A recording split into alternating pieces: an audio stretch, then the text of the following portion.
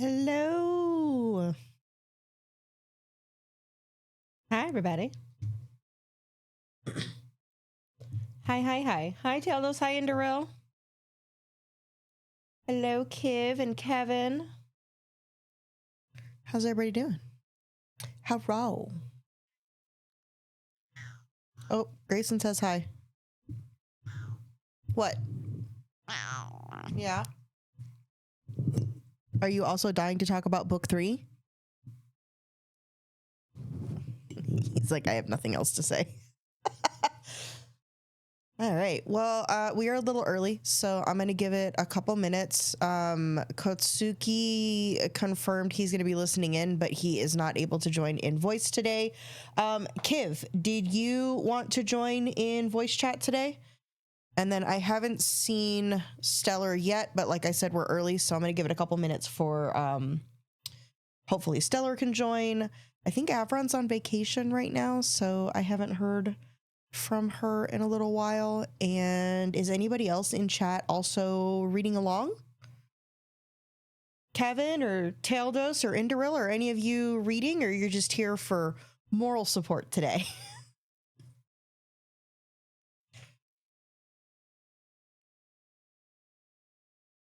What? I'm busy. I gotta talk about books. Moral support. Got it. Well, thank you for being here. God damn it, Donut. Yes. Oral support. I don't need oral support.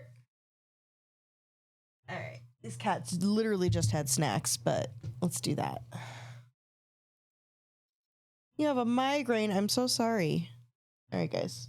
Here's a couple for you and a couple for you because you guys just had treats. They're going to end up getting in a fight. All right. Kotsuki! No typing and driving. One moment. Let me see if I can get a status on Stellar.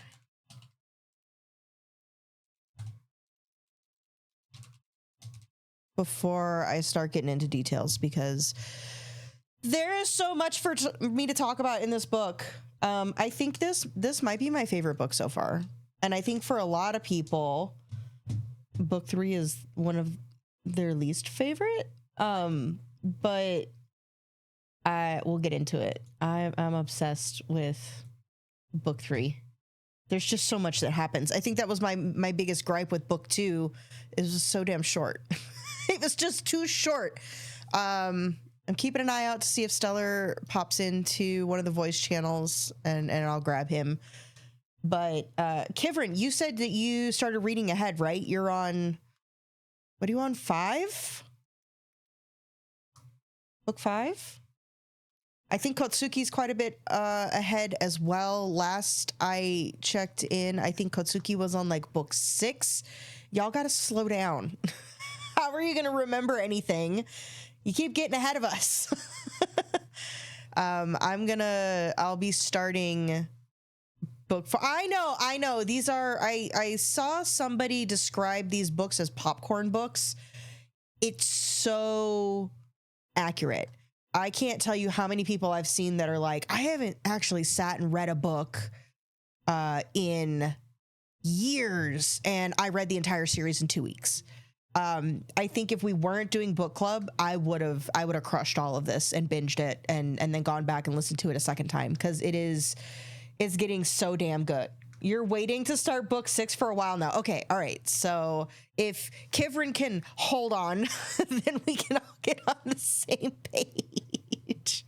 We'll give it a minute, but I'll give it until like 5 or 6 after. And if I haven't seen Stellar by then, we'll go ahead and get started. But I want to give him the opportunity to join in voice. Also, anybody else that's reading along, if you want to join in voice, just go ahead and jump into one of the voice chat channels in Discord, and I will go ahead and pull you in. If you're new here and you would like to join our book club, which has now been named Critical Read Book Club, thank you, Kotsuki, for that name. You can just do !book club in the chat. Also, here, I'll go ahead and do that because I've got another one for you. I finally got around to making a link to the wiki. Maybe. Ooh, you know what? I made it. I don't think I turned it on. It would help if I turned it on. Let's go to wiki. Everyone. It's there. Oh, I didn't make it exclamation wiki. That's why. Let's try that again.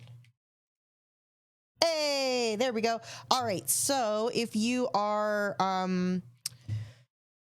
far enough along now that you are not terrified of accidentally stumbling upon like some light spoiler material, I highly recommend the wiki. Also, I just joined the Dungen Crawler Carl Discord. There isn't an official Discord that I think Matt is technically in. Stellar, there you are. Hello. I am in voice. If you would like to join, I'll go ahead and grab you and pull you in because Kotsuki's not able to join in voice today. Have I watched the first episode of Aang the Last Airbender? Do you mean the movie? Because it's not a series, it's a movie. All good, Stellar, no worries. I actually am going to talk about that on regular stream in a little bit because we are going to do a Just Chatting stream and I'm going to talk about all things San Diego Comic-Con and show you guys all the goodies that I got and tell you all about my time there. And I did get to watch the premiere of Avatar Aang the Last Airbender, the movie, with 2,600 other absolute nut job fans. So, yay. So actually, I think it's it might be 4,000 people that fit in Ballroom 20. Yeah, it's like 4,000 people. So, all right, there is Stellar. So we're going to talk about that more after we wrap book club. I'm going to take a very short break just to go get all of my goodies and compile them. And then we're going to do a Just Chat stream and talk about Comic-Con. So Ghost, if you want to talk about it, I'm not going to have any spoilers because it literally just dropped and a lot of people haven't watched it, but I'm going to say 12 out of 10. I cried so much. I cried like the whole time. It was just everything that I wanted it to be. But that's not what we're here for today. Stellar. Hello, hello. Hi, kitty cats. Uh-oh. I don't see your name lighten up. 1 second. I might have routing messed up on... No, the routing is correct on my side. Yeah, I'm also excited for Seven Havens. All right, Stellar, I don't see your name lighting up, so you might be double muted and not just muted in Discord. And you're gone. Turn it off and turn it on again. All good. Sorry, I am still getting over a little bit of con crud, so I'm a little sniffly. I'm trying. Have you tried turning it off and on again? I'm trying very hard not to sniffle into the microphone. Luckily, my coughing fits seem to be over, so there's that. But apologies if I sound not great today. Try it again. Hello. Hello. There you are. Yay. Okay. Sorry about that. That was weird. I don't know what happened there, but turn it off, turn it on again. Fixes everything. I'm gonna boost you a little bit on the Discord side. I don't know why, but Discord defaults everybody to like 80%, and then I always have to go in and turn them all up. All right. So I think we have quorum for who's reading along and who's going to join us. Kotsuki is listening in. He's driving, so no texting and driving. He's not able to join us in voice. Kivrin is here. I've been dying, chomping at the bit to talk about this book because holy shit. Book 3 was a fucking ride. Mind the pun. I swear. But yeah. Yes. Oh my God. I saw somebody in the wiki put a picture of like the conductor hat that says I rode the Iron Tangle, and I was like, I want that hat really bad. That's awesome. Okay, you said you took notes this time? I did kind of towards the beginning more because then it got like really crazy. Like I Yeah. feel like the pacing's kind of similar with the last one, where like in the middle that shit kind of hit the fan, you know, Yes. The regarding back Katya. third of this book is just like races to the finish. Like there's so much happening in this book the entire time. I think that's why a lot of people complain and they're like, this one's my least favorite. It was really hard to follow. I was there for it because I was kind of on the wavelength of that's intended. It is supposed to feel overwhelming, just like if you try to look up a visual diagram of the Iron Tangle, it's like somebody just gave a 3-year-old a marker and they kind of went like this on the page. It's not meant to make sense. It is absolute chaos, which they explain later in the book is like, oh, if you turn it on its side and, you know, look at it this way, then it's the syndicate symbol. And it's like, what? What? Which I thought was hilarious. I don't want to get too far ahead of myself, but yeah, I don't think it's meant to be understood. Hi, Tiny. Welcome in. First of all, behold, this is an outrage. This is my Princess Her Donut shirt. glasses. Yes. Yay! I love them so much. Gets her sunglasses. She does get her sunglasses in this book from the princess. God damn it, Donut. I keep wanting to say Denida or something. Yeah, I keep wanting to say saying it Diana, wrong. and I was like, it's Princess Denadia. Princess Denadia. That's what it is. Okay, so since you took notes, where would you like to start with this book? Because I think there's so much to talk about. There is a lot. Like I said, at the beginning, I was better at taking notes, but then like kind of when the shit hit the fan, I kind of just like couldn't stop reading it. Yep. So I kind of stopped. Yep. So I feel like the Katya thing, like, you know, that's like, that was crazy. We'll get into that. Yeah. I kind of want to save that until a little bit later, but that was the moment when I think we were talking about book 2 and I was like, shit happened in book 3. That's the moment that I was like, holy shit. Because so many people have said, oh, book 4 is where it gets crazy. Book 4 is where it locks in. Duplex, thank you for the resub. 59 months? Duplex just subscribed. That's a lot of months. Holy cow. God, I've been streaming forever. I'm ancient. But I'm glad I wasn't the only one. Like, I guess, you know, you mentioned how it's like people thought it was confusing. Because like, I love this book, but like, I also kind of hated the structure of the dungeon. Because like, yeah, it just is confusing. Whenever they would kind of explain like the mechanics of like, you know, how the trains ran and like, you know, like the color, like I was like, oh my God, like what? It was just too much. I feel like it was intentional because this book so much does not focus on the floor. The floor is irrelevant. There is so much character shit happening in this book. Like the attempted assassination on Donut. That is fucking bonkers. Like that whole situation and her whole moment of she's never had to like murder somebody. Like up until this point, I think she's had the benefit of being a little bit naive.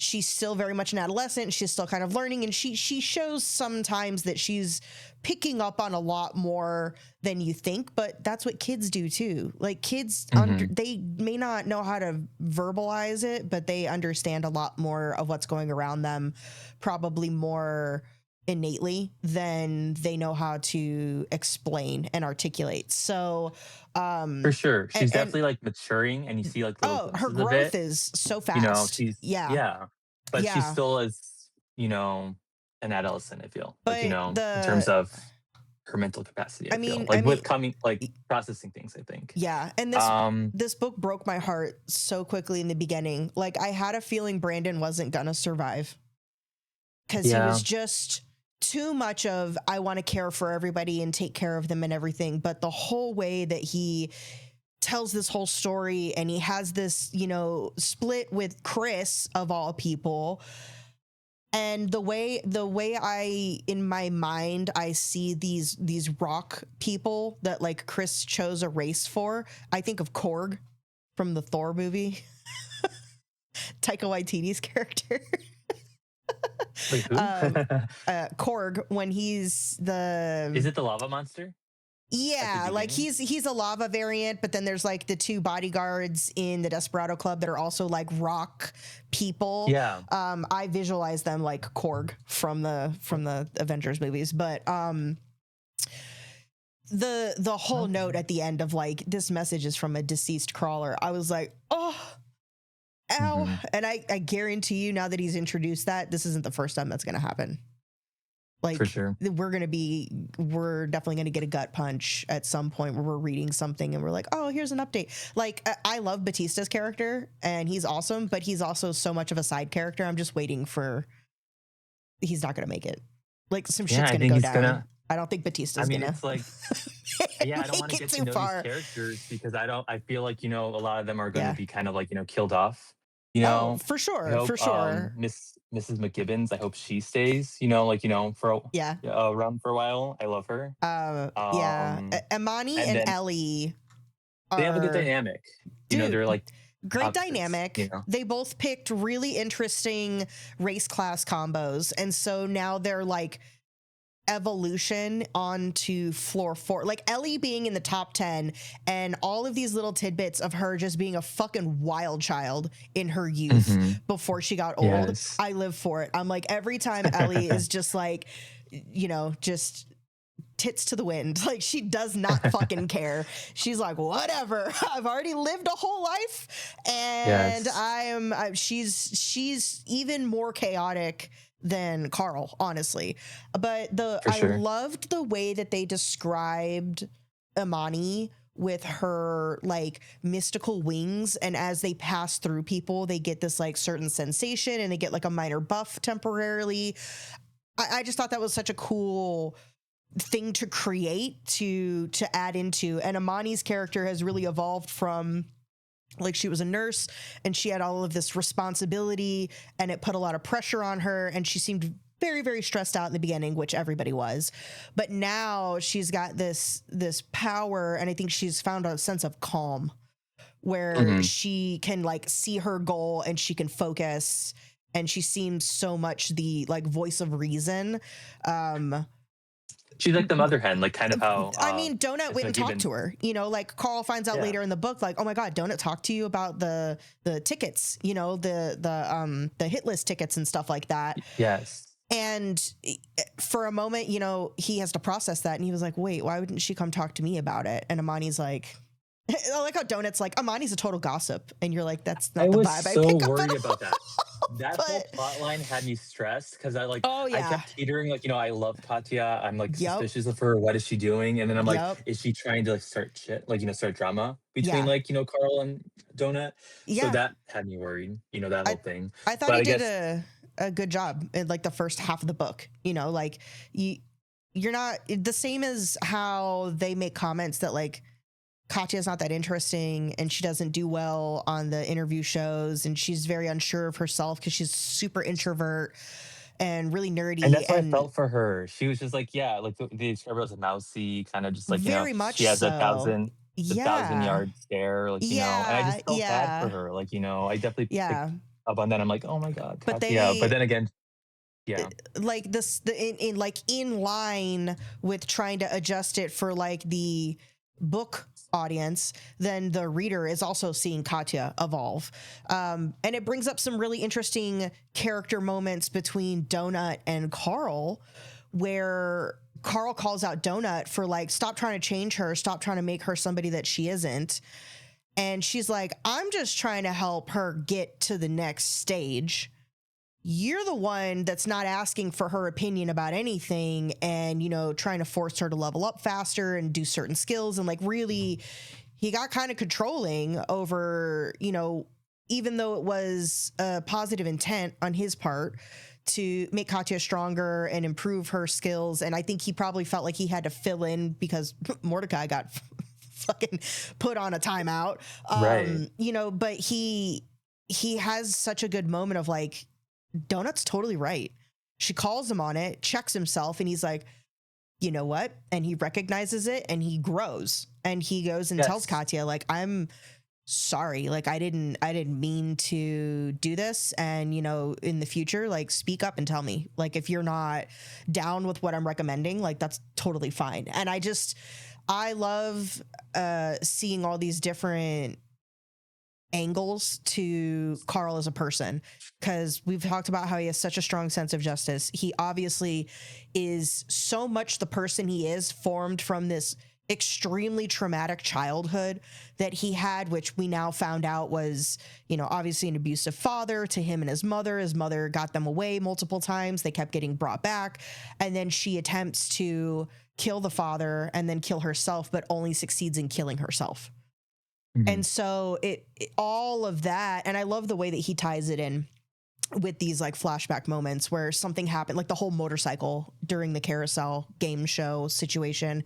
He has that snapback moment, or like the Grand Canyon memories and the carnival from the last book, and the way that he kind of clicks like sense memory into informing the reader about like, these are the milestone moments that made Carl the person that he is. He's not just a 27-year-old meathead Coast Guard. There's so much more under the surface, and it speaks to his hero. I don't want to call it a hero complex, because he's not intentionally the guy that wants to go and save everybody. But if he ever sees somebody in need, you don't even have to ask. Like, he will do anything that he can within his power to help those people. And that's very apparent in this book, because he literally tries to save everybody on the floor. To his detriment, like, over 100%. almost his detriment, Yeah, he's willing definitely to like sacrifice himself to help other people. He just, like you're saying, like, he's a protector. He likes helping people. And he's such a hypocrite in that stance, because he's like the first one that's willing to sacrifice himself. But then when he's really in the shit at the end, and Donut is like running to help him without even a second thought, and Katya, and like he has his Avengers Endgame moment where like everybody comes into the room to save him, and he's like, no, like, fuck, I told you guys not to come. And it's like, dude, the same as how you would never question it for half a second to put yourself at risk, those are the people that are gravitating towards you as well, and they're going to do the same. Yeah, for sure. Yeah. And then kind of going on that, like, it's like his character, like, he's definitely like, not just like, he's not a meathead, like, he's like, a complex character, he's growing. And I feel like something that was kind of brought up in like this book was like, people were always kind of mentioning like his anger, like, he does have kind of that built up, like, I feel like just like rage that like seems like it's gonna pop any moment now. Yeah. But like, I feel like he does like a good job kind of like controlling it, at least. And people are just saying, like, because it's so far. Yes. Yeah. It's gonna pop. It's gonna happen. But I feel like for the most part, like, he does control his emotions. And like kind of to Hekla's detriment, like, she kind of believed the edit where he's being portrayed as this, like, kind of like wild character. He's reckless. Who, like, who's reckless. Yeah. But he's not. Yeah. I mean, in certain moments, he obviously, like, does, like, do things that are kind of like crazy and unhinged, but it's because, like, he doesn't like have any other option. Like, he just like, he's put in a predicament that, like, he needs to, like, think on his feet. And like, he takes, I guess, a wild, like, he takes a risk, but for the most part, like, he's like, he's good at calculating things. Like, it's like calculated risk. And I feel like, that does, I mean, I guess he is kind of like reckless, but like, I don't know, the way the edit portrays him, like, it's an edit, like, you're just making him seem like a little bit more, because and it's, I don't remember, was it book 2 or was it in this book where they have to do, it's not an interview, but they're doing the voiceover for the like nature documentary or whatever on Earth, because they have Donut talk about cat shows. And then that was this book. Okay, so and then oh my god, that moment so is like another angle on this, when he straight up is like, I'm not fucking reading this shit. Yeah. He's like, I'm putting my foot down, because he's somewhat figured out his place in all of this, and he knows where he has leverage and he knows where he doesn't. And that was a moment where he was like, I'm not doing this. All right, what did Kivrin say? One of the things that stood out to me about this book was that it wasn't just about surviving anymore. It was about more strategy, observation, changing tactics, testing limits of the dungeon rules. Yes, so this book really leaned into some of the stuff I was reading between the lines in book 2. And now that he has this cookbook, this is going exactly in the direction that I thought it would, where he is taking his anarchy to heart. And he is calculating where the weak points are that he can start taking this system down from the inside. He has that natural leadership ability. He has figured out how to build this larger network to communicate with more people in the dungeon. And I think a lot more people are starting to look to him for, what do we do? What is your recommendation? Have you figured it out? Because they've seen that he had, like, anybody that once they've met him in person, you know, all the media bullshit that's getting spun is thrown out, and they're like, oh, I'm on board with this guy. He knows what's up. He will, you know, he'll be there when we need it. And then those people are continuing to spread the word. Like Amani and Elle are there for him, and Batista's, you know, like, no, Carl's the guy. He's the one. So I think that's going to continue to evolve as the number of crawlers in the dungeon reduces. And he's going to start, you know, pointing out that we should not be fighting amongst each other. We should be fighting against the system that put us here. And the same as the NPCs are also victims. Like some people are playing along the system in intentionally more than others. And they did mention in the lower floors, like the deeper you get, the more brutal this is going to get, because it's not them so much taking advantage of people, but now we've got these outside parties coming in to do the hunt. We've got this whole shit show that's going to go down on the 9th floor. Fucking Maestro is still alive and his ass came back, you know, so oh my god. So like they're stirring the pot with more like inherent evil getting introduced. But I'm also curious, because of all the commentary about the AI knows about this book, but if you ever utter it, then it like goes away. And like the AI, I was gonna say, has what is made, that? Like, I'm so confused. Like, is the AI helping him, like, you know, well, go against I'm the kind system, of, or like, what is? I don't understand. Like, I'm kind 'cause then, of two different minds with this right now. I'm either the AI is also a victim and somehow trapped in this and just doing what it thinks it needs to do, or the AI is more like benevolent and it just likes the chaos of, I'm not inherently helping you and I'm not inherently working against you, but I'm going to do whatever is like my whimsy at that moment.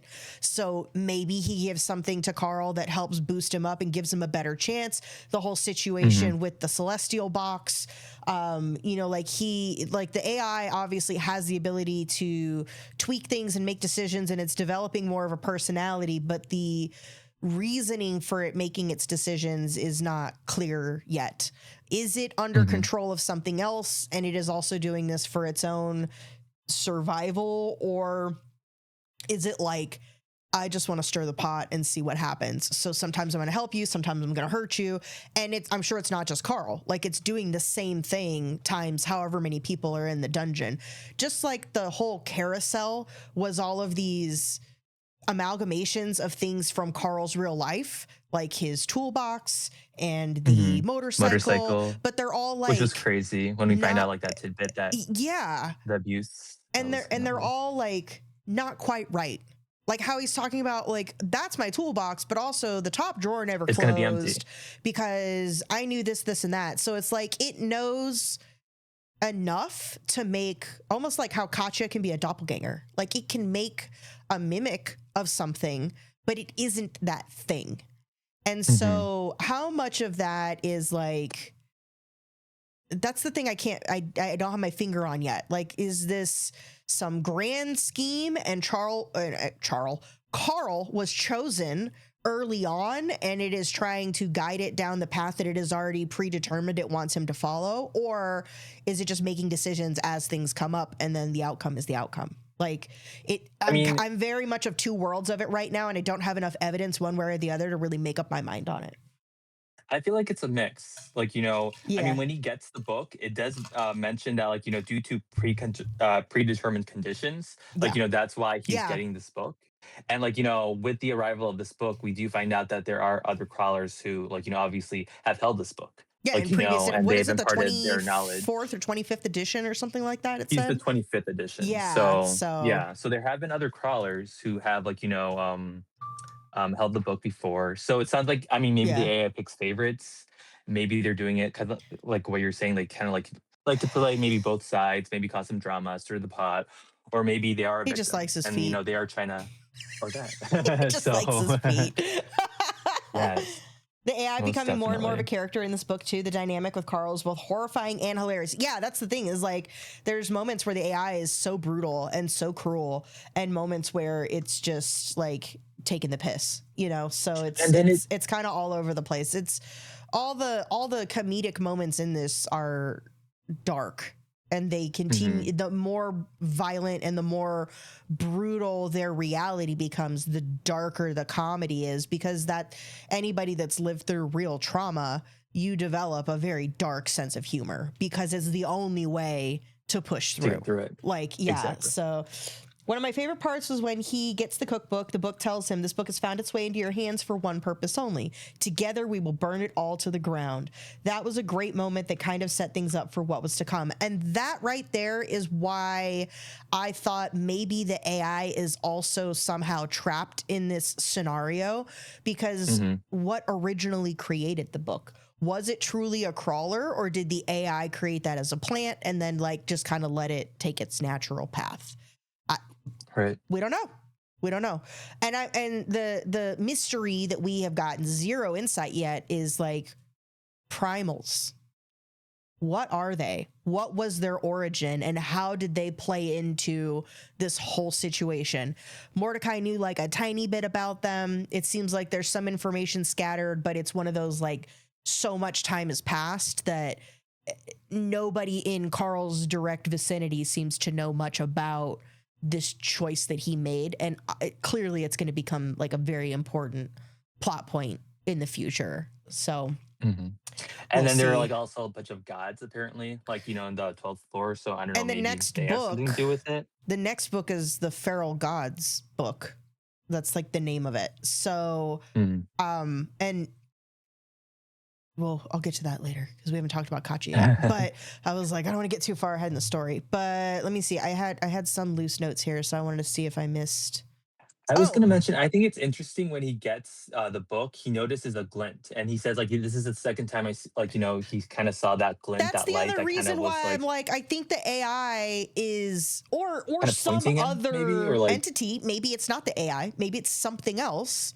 Just like maybe how it's the Valte. Valte are like secretly, Yeah, in the gaps in the walls and stuff. Like and then something Agatha is with the communication, like, driving. Yeah, weapons. like it's So not it's like forcing him to make the decision, but it's making it very, it's giving him that sense of like this intuition, like I need 'cause to it's, like, how follow convenient that he gets, this. like, a pill that helps him kinda, like, analyze portals Yeah, when there's so many portals in yeah. this dungeon. So I it's can't like, believe he took you it. know I would have straight up been like, I no, was that's a brain shocked. worm, I I'm was not doing shocked. that. I feel like that was like a donut move. Like, he he took literally, when he took it, he's he just like, took a "Oh, leap well." of Like, faith. Yeah. I mean, he thought about it. He did analyze it in the inventory, like, so Hmm. I guess it wasn't, completely a donut move, but, like, I don't know. It was kind of, Kivrin, I it think was there's a shocking. ton. I think that most of what happens in the dungeon is outside influence. We've already gotten some inklings of the situation, like Zev getting sent to Re-education camp. re-education, which Poor is just so Zev. Nazi coded. I can't fucking handle it. Mhm. Like that whole situation. Obviously, Odette has got her fingers in all kinds of plotting and scheming outside of the system, and we still don't know all the details of whatever the fuck happened between her and Mordecai, but I guarantee you it's not good, because Mhm. when that guy shows up to do the game show, I just assume that he's connected to all of this, and Mordecai Shocker. sees Yeah. red, motherfucker, and just goes straight for him, and then gets, blipped for fucking a week, and then comes back That like, what was happened? That was yeah, wild. I thought it the was a rage really was interesting real. plot It device, was like though. Yeah, it was really instinctual. It was and like it's he hates it's that guy. it's so funny because once Mordecai comes back, immediately he's like, "Oh yeah, I figured out the map. By the way, this is what it is, and this is what you do." And it's like, we could have used that information a week ago, you asshole. Of Like, course. we've been through so much while you weren't here. Like, there's so much to that, and I'm just like, but it works perfectly. Like Yeah. it's so interesting. Even Um, though I love Mordecai, it is kinda nice that they kind of went solo, I feel, because I mean, if something were to happen to him, yeah, they obviously kinda, like, need to it's learn to kinda it's stand on their own, I it's feel. nice for them I to mean, get I put into nothing situations where they don't have an ace in the hole. Like, yes. because Mordecai just knows too fucking much. Like, he's great, but for plot and story, you need that. It'll be boring with that, separation. You don't following his like cookbook. If they have a He's like a cheat code the whole min-maxer. He knows time, it's not everything. good. He's like, this is your routine. This is what you're gonna do. Don't stray away from the path. Just And So, I think some of the shit that's going on with. Wait, what? You're both going mute and then back to audible. Is that happening for anyone else? Oh, is the audio cutting out for anybody? I'm not hearing anything on my end. I hear you fine. You're probably hearing me through Discord, Just though. through Discord. Yeah, because the stream would be up on no for Twitch. you, no not fine, or no not cutting out. It's cutting in and out. Okay, maybe it's me. Yeah, especially if you're listening like with wired speakers, make sure your connection's tight, Kev. Not. Okay. Yeah, it sounds like a you problem. Let's see. What else? They've got the big houses now, which was cool. Like, they've got all this training space and everything there is pretty cool. The fucking bookshop guy's name being Limp Richard killed me. I was like, really? His name's Limp Dick? Like, what the fuck? Of course. It was just so unnecessary, but so hilarious at the same time. I was like, wait, did I hear that right? What was I going to say? Let me see. Oh, the thing I was going to say earlier, the Manitar. Yeah. How do you even come up with, well, it's a man and a man, not a man and a horse. It's a man and a man, but it's like double torso. Like, wait, what?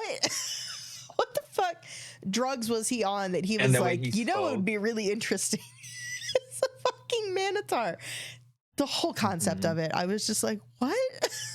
And this protective shell, that's so OP, that skill. I feel like, thank goodness he picked that up, because it's like coming clutch multiple times.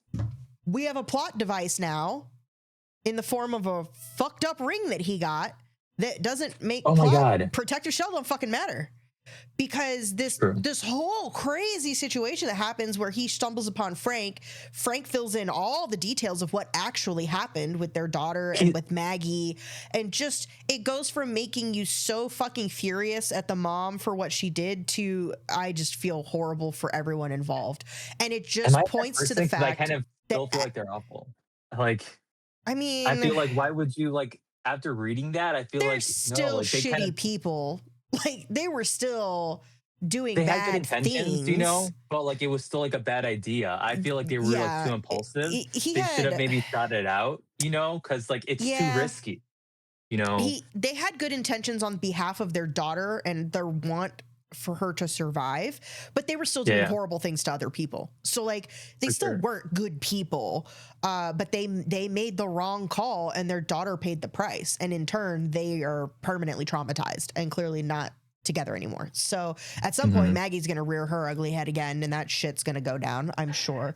But this whole situation of introducing this ring, the fact that fucking Carl, of all people who seemed so smart and so good at reading a situation, the fact that he put it on and then Mordecai is just like, you dumb motherfucker, and like smacked him. And he was like, don't ever touch me again. I was like, oh, okay, before this is going to be a problem. With Katya, I thought it was going to activate during that whole Katya thing. And I was like panicking. I'm like, take off the ring, take off the ring, take off the ring. Even though I guess he needs to activate the skill. He needs to name a target. Yeah. But so it's not like it can, I guess, I'm worried that it could bullshit. Bullshit could happen, and like it could like activate itself. There are too many outside forces, like the elites, for example. They have so much power to put him in an impossible situation where he is going to have to make an impossible decision, and I feel like he is going to get put in a situation where it's like either Donut or maybe Amani, maybe Chris, maybe Katya, where it's like you either kill Donut or you make one of them your target and you have to kill them for it just introduces nothing but bad outcomes, no matter how powerful it is. But even Frank knew, he's like, you can't resist. because you have to survive. And if anything, at least the wearer of the ring is a really strong potential to make themselves OP at their own, risk. If there's a possibility heal, for like so the shitty effect to happen, it's gonna happen. Yeah. Kind of like how he summoned that god, like when he was I fighting wonder. that one guy earlier. I forgot his name, but I the conductor or the wonder. engineer. Oh yeah, I wonder how that ring would work with Donut and her having like that cockroach ability. Oh yeah, if that would. I don't know if it would that kick cancel it in. out or if it would you create a loophole where she could survive if she somehow put doesn't that it ring just- on. Because I think it stops you from taking all healing, so maybe it wouldn't help. I don't Right. know. What'd you think about That Donut would be killing like- a crawler for the first time in the Desperado Club? She was so shaken over that. Yeah, we were talking about that right at the beginning. That's such She's a also critical drunk, moment. so that also kind of intensifies emotions. Her being drunk, making her a sloppy, dramatic mess, which she's already a drama queen anyway. But that whole situation is such a pivotal moment for her because it's another one of those moments that like forces you to grow up. It's a situation she never wanted to be in. And I think that her reaction in that scenario makes the later scenario so important, like two different scenarios. The way she reacts to getting those tickets, and, throwing one away in one place and throwing another away. And then like the misconception that Katya had over like her having this hit list ticket, and then the situation that happens toward the end of the book, which we're leading up to, is the whole situation with Katya and Hekla attempting to murder her and Donut fucking losing her shit and being like, you fucking bitch, and just goes for her. That whole scenario. Dude, I was like, crazier. And then it got crazier.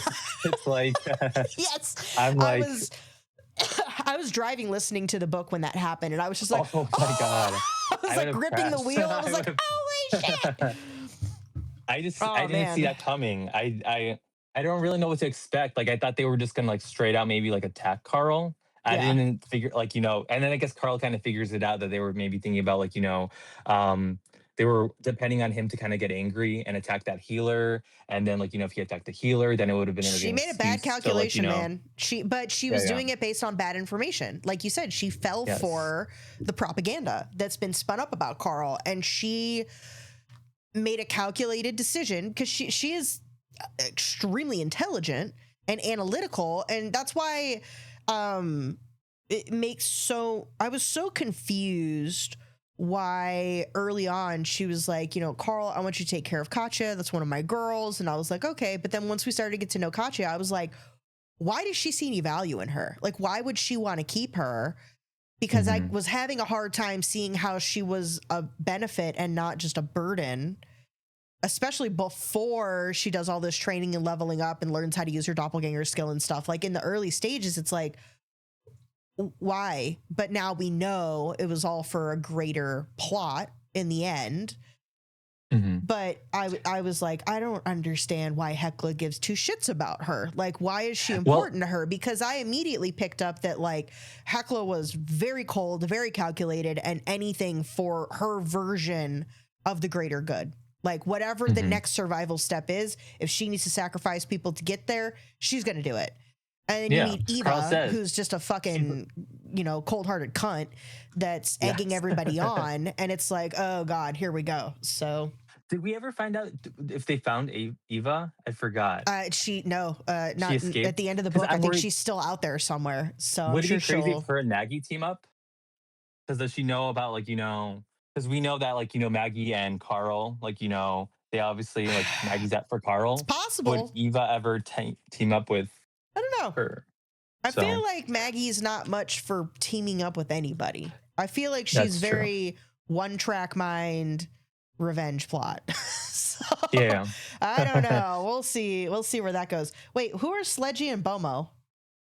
The bodyguards, the rock bodyguards that they failed the first time. Yeah. Okay. I was like, wait a second. And then I guess Carl had mercy on them. And Carl saying that this wasn't their fault, and that's just another one of those character points to Carl of he's not going to put anybody out for his own benefit. Like if his sense of justice doesn't feel that it's earned and deserved, he's like, I'm not playing that shit. Like he's very righteous about the way he makes those decisions. Like to his own detriment, he's like, I'm going to try to help people. If I have something that I can offer that can help them. I mean, the fact that he made the choice to go back and help Batista's group and all those folks in a floor where most people probably wouldn't survive because of how complicated the path to exit was. Like that whole situation was just like an impossible situation. And like Carl is kind of the only one that had enough information and enough reckless attitude to be like, I'm gonna try a thing. We're gonna see if this is gonna work or not. But and ultimately, it is good sense to actually help people and kind of progress together because, like, kind of like what they're doing now with crowdsourcing information, like, in that chat, like, if people find out something, then, it's helpful to have just more people in the game to pass along information. And also, like, everyone gets stronger. Like, Carl's group, like, they do a good job of, like, helping each other out. It's more of a balanced group where what we find out after Hecla dies is, like, basically all her other people were, like, supporting her. Like, it was all like, the Hecla. They fell for like, her facade. Show. They thought that she was more, I think, altruistic in her intents. And I think that most of them, except for her most inner circle, thought that she truly wanted Katya back because Katya is one of the girls. Like, she's one of her daughters in her group. And as soon as she was kind of shown to be like the Wizard of Oz and full of shit, it all fell apart like very quickly because they were like, fuck, the one thing we were clinging on to that we thought was going to be a benefit is also, and Carl picked up on that pretty quickly, that he was like, her having this giant group is not a benefit. It was great early, but now that folks need to level as much as possible, the bigger your group, the harder that whole situation makes it. So hello, Rabbit. Welcome in. You just finished book 3 last week. Perfect timing then. We are discussing all of book 3 today, and we'll figure it out toward the end of stream, but we'll also be scheduling our check-in for book 4 very soon. But if you would like to join our book club, just do !book club and follow the link and come join us. We've got a dedicated channel in the Discord where we can talk about everything up to the point that we are in the series so far. I put lots of annoying memes in there. Okay, so let's see. Then of course, Homeboy got an upgrade to his toe ring. Yes. The whole situation of like spin the wheel and you could get nothing, and then nothing turns out to very much be something, and that guy was so sad that he didn't get to stab him. Sam was like, I was Chico or dying. something. Yeah. Oh my god, that was hilarious. The guy was just like, oh man, are you sure you don't want to spin again? Because my knife's all clean. He was so ready to fuck him up, but that was great. I did like the very much crestfallen. I did like I love the way that Matt layers this in, because this book is I think the reason this whole series is so popular is largely because of how this book tricks you into so much more going on than the surface level. It's very easy from the first couple of books to make up your mind and be like, he's a dumb bro. This is stupid. It's very childish jokes. But very quickly, there's all this other like commentary that's happening under the surface. And when they start talking about how the whole floor is a metaphor for this propaganda around the crack herons and this mind control and like this whole commentary system that exploits people. Yeah, and like this whole commentary of like them basically using it as a way to do a smear campaign against crack herons. And, you know, that just it speaks to so much more, and a lot of this commentary is just tied directly into like how media and mass media will purposely distort things for the public consumption because it keeps eyes on them. You know, it's like the invention of the 24/7 news cycle. Like you just got to start making shit up because there's not 24 hours a day worth of interesting shit going on to talk about. So I thought all that commentary was done really well in how he tied it into information that Carl learns about these outside groups, but it also making a commentary that's like very much in parallel with the real world.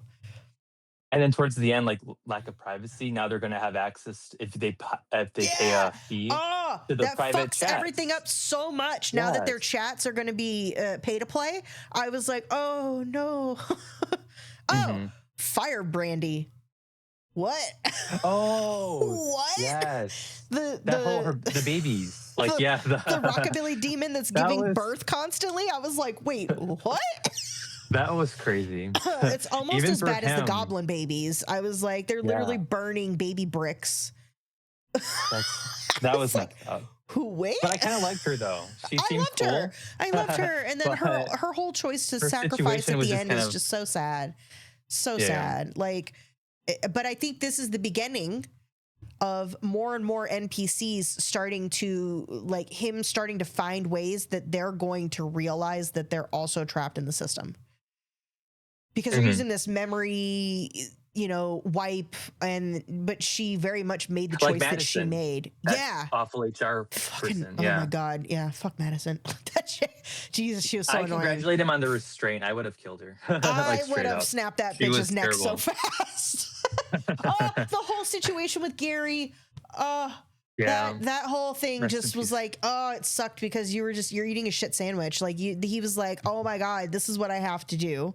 How you even figure out that that's what you have to do was like, first of all, what?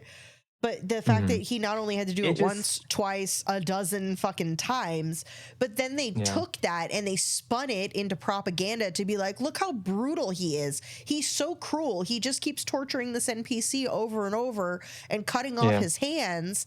And it was like, well, no, he can't survive the floor if he doesn't do this because it's the only mechanism for him to get out.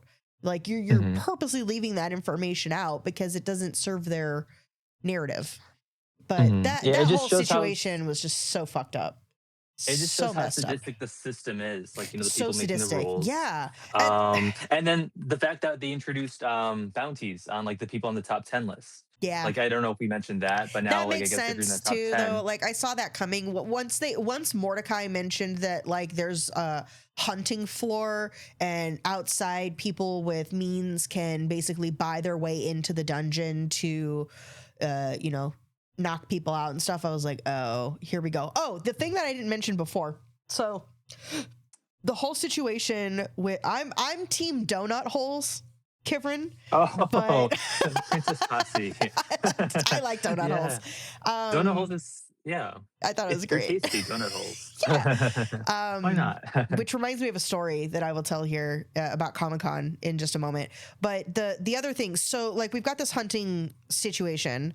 We've got these outside factions that are going to go to war on the 9th floor. We found out that there's like a deeper level in the casino and all these Richie Riches go hang out on the 18th floor or whatever in this other area.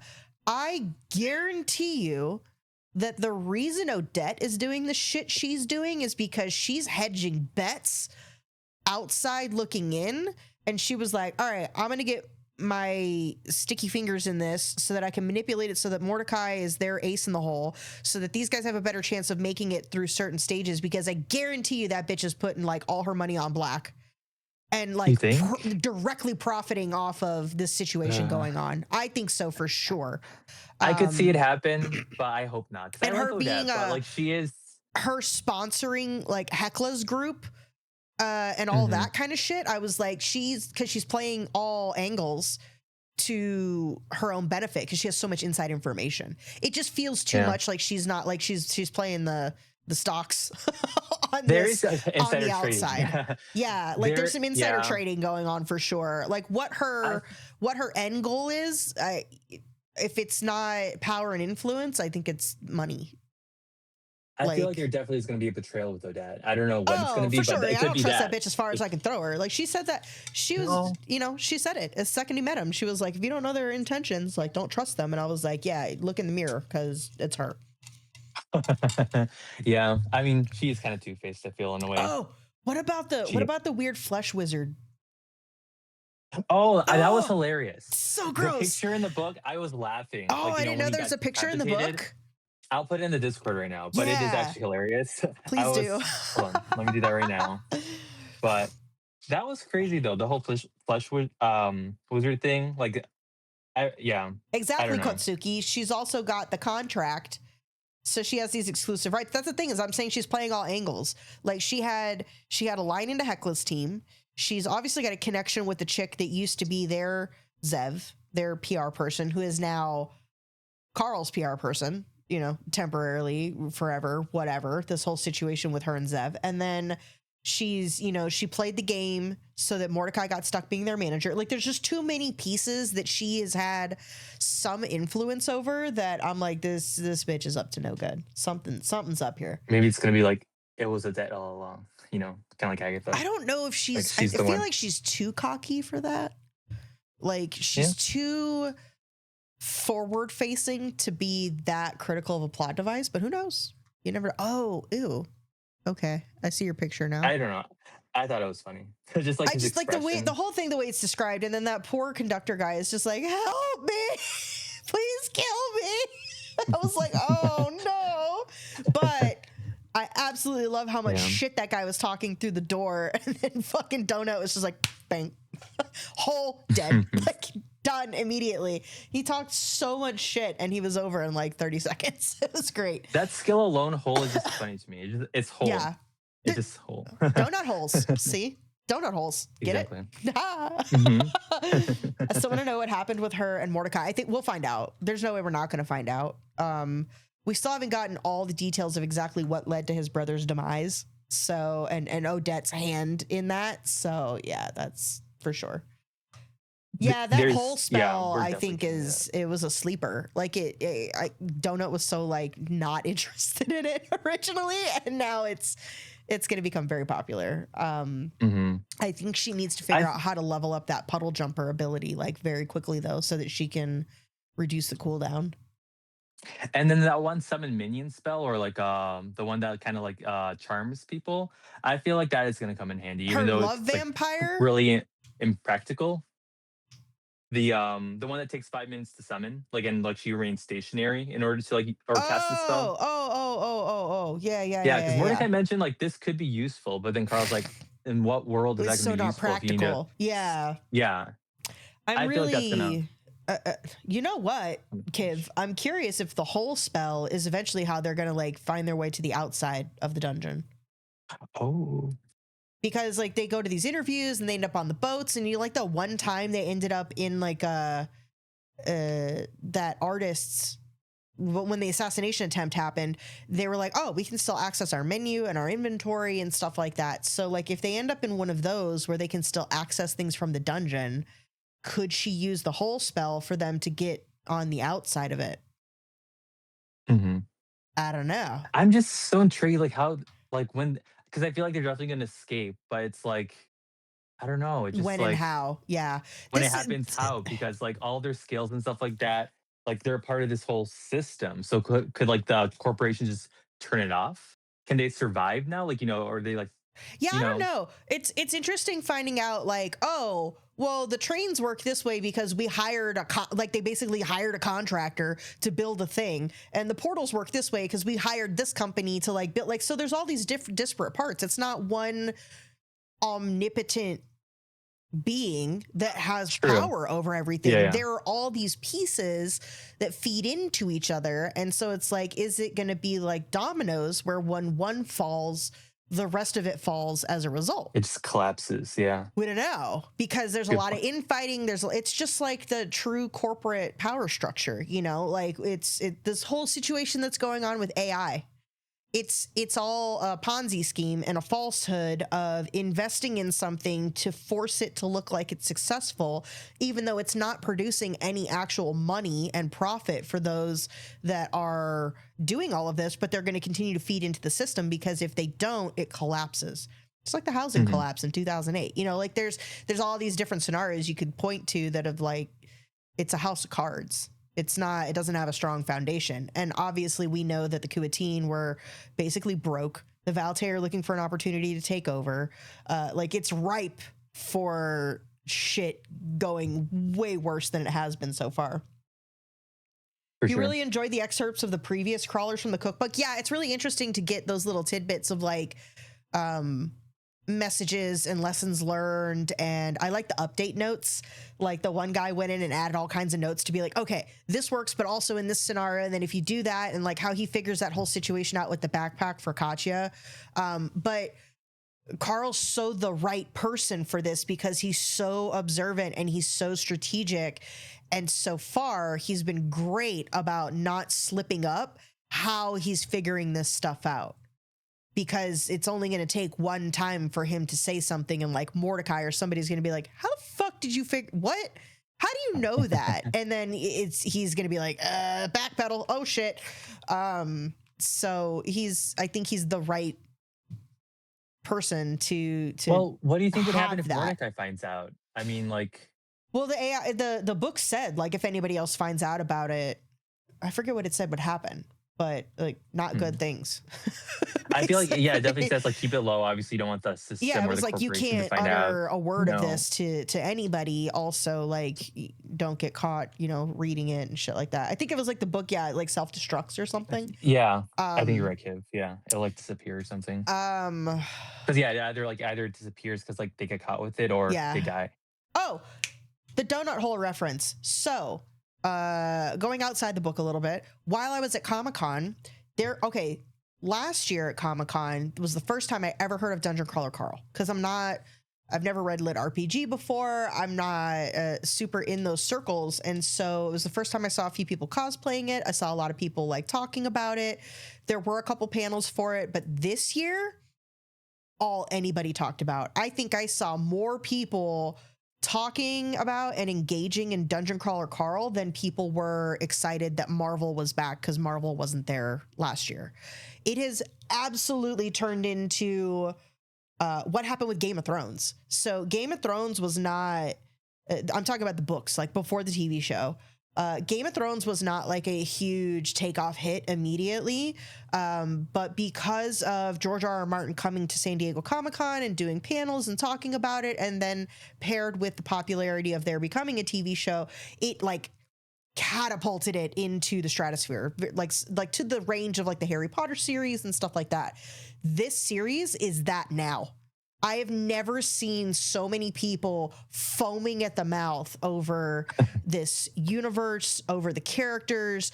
Matt Dinniman, just a fucking joy. Like I got to go to the Audible panel with him and Jeff Hayes, and I also got to hear a excerpt from book 9 that he literally brought the pages in and handed to Jeff, and he did a cold read in front of the crowd, because even Jeff hadn't seen anything from book 9 yet. Like it was such a special experience to do that in a room with a bunch of people in white boxers with red hearts on them. It was great. But that's crazy. One of the DCC tie-ins that they did was a surprise offsite, and it was a food truck that they wrapped in white with red hearts. And it was Princess Donut's donut hole truck.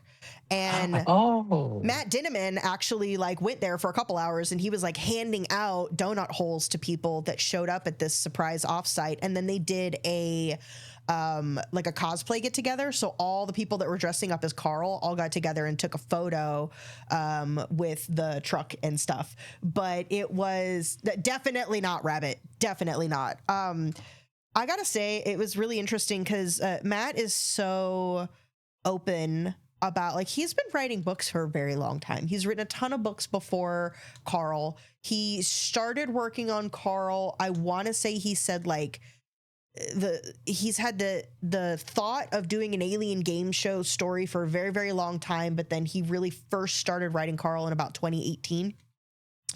And like he's famously a pantser. He doesn't have it plotted out. He doesn't know where things are going to go. He doesn't know what's going to happen. He writes himself into corners all the time. He has a very active Patreon that he actually posts like what he's writing to this group from his Patreon, and they've caught plot holes, given him ideas for ways to like get out of those situations, fixed spelling errors, fixed issues with his mechanics and the math of his skills. Like it is very much a group effort, because he's not Isn't that meticulously kind of like a plotting everything legality out. concern though? Like, I mean, it's nice that people are kind of like, giving him ideas, helping him out, but like, what if someone like, I don't know that they're necessarily like writing portions of the book for him, but they're kind of giving just like insight to like, oh, you already mentioned this before, or like, actually this doesn't work Okay. because it's a plot hole because this person died in like 2 books ago, or Gotcha. something like that. But it is Okay. such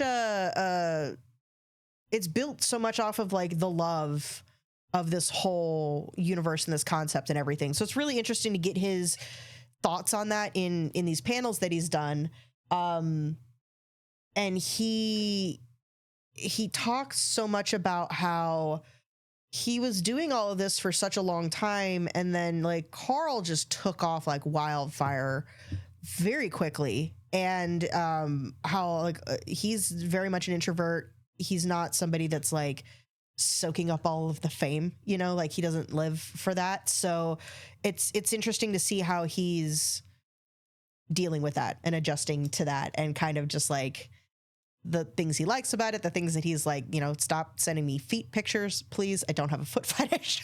Like, just like such an interesting thing. And one of the things that we were told when we were in the panel before he came out, because Maud Garrett, if you know who that is, she runs a very famous book club on YouTube. She did the panel. She's interviewed him and Jeff dozens of times. And before he came out, she was like, Matt, we like to ask him questions about what's going to happen in the books. And a lot of times his response is suck it. And she said, if he ever says that, I want the whole crowd to respond with glurp, glurp, Glurp, glurp. motherfucker. No. I knew you were going to love that.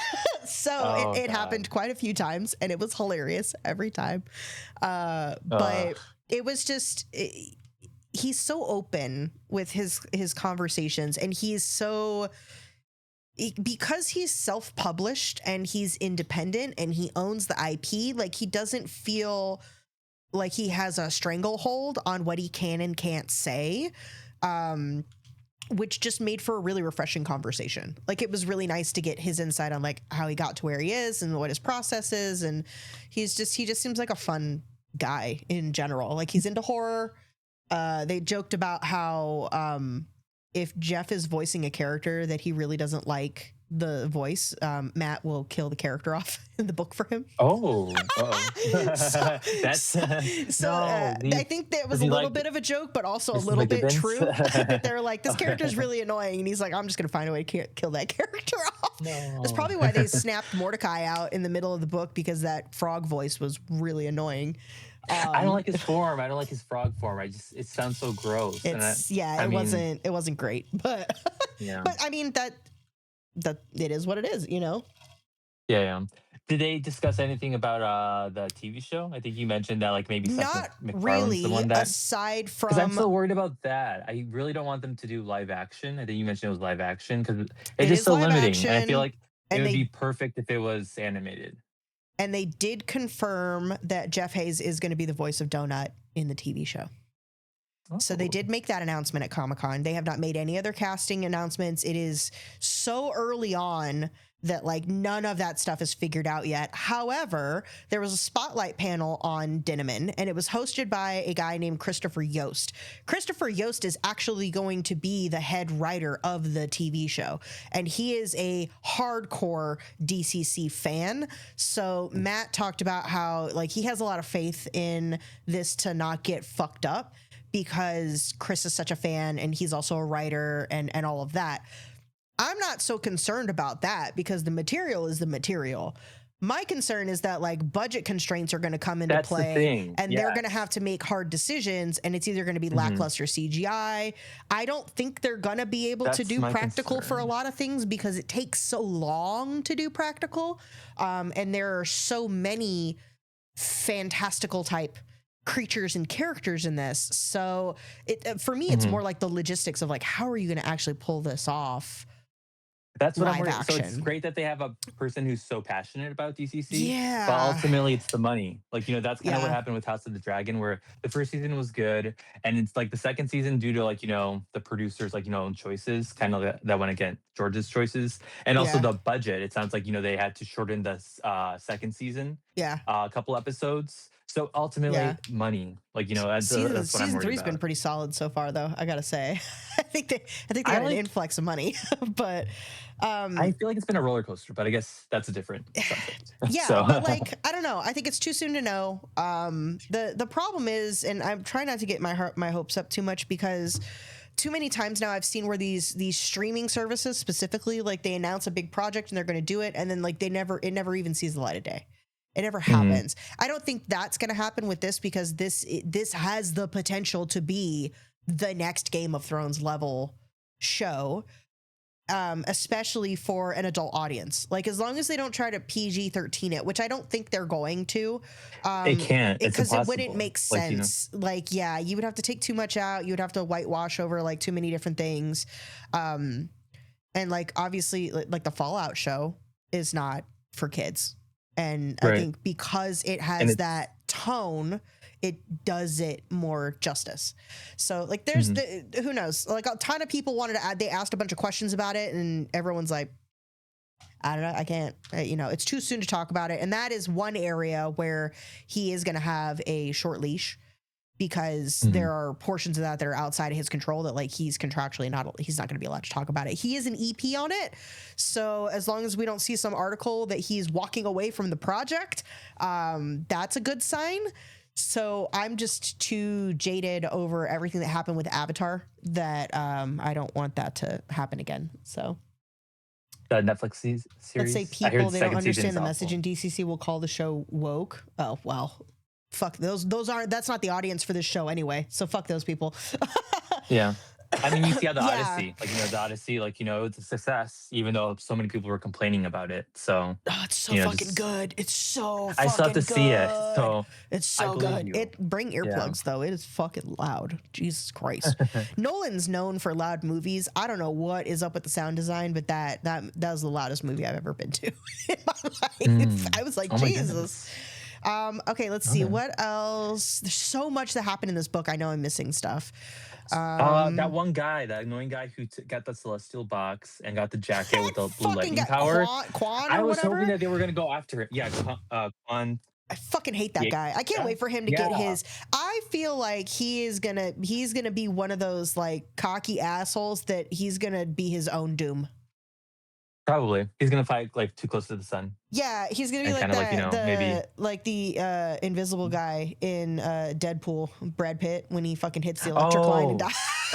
That would be or good. the guy that's like from the other he's like, I'm from another planet, I'm superior, blah blah blah, and then he dies in like 30 seconds. Like, I feel like that's Quan's fate. Hope. Before the whole Hecla thing went down, I was thinking that they were going to like team up to go after him.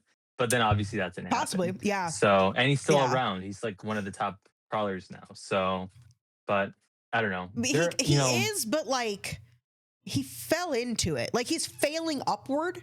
It's not because he actually has skill. He's being carried. He's being carried by the jacket. Hard carry. So it's like, I'm not that concerned. I don't think he's going to be that major in the future. I think it's just like a nice little side story. Oh, also at Comic-Con, there were a bunch of people walking around with anti-Cocker Spaniel signs. Oh my God. Donuts propaganda made it through. It's so good. There were a bunch of people that were like, down with Cocker Spaniels. Does he mention why like he made Cocker Spaniels like so? Yeah, kid. Yeah, it was in this book. Is there any like in real life lore? Does Matt Dinniman not like Cocker Spaniels? Okay, or is this random? Fun thing that I learned about Matt in one of his panels is the whole connection to the cat show stuff. So before Matt's books really took off, and that was his main source of income, he used to do art, like collage style art on Etsy. And he said for years he was actually the #1 store on all of Etsy. And he had some, if you look up like Matt Dinniman art, you can find it online. But he used to do this collage art. And one of the things that was really, really popular that people ordered from him all the time were collages of cats. So he started going to cat shows in real life.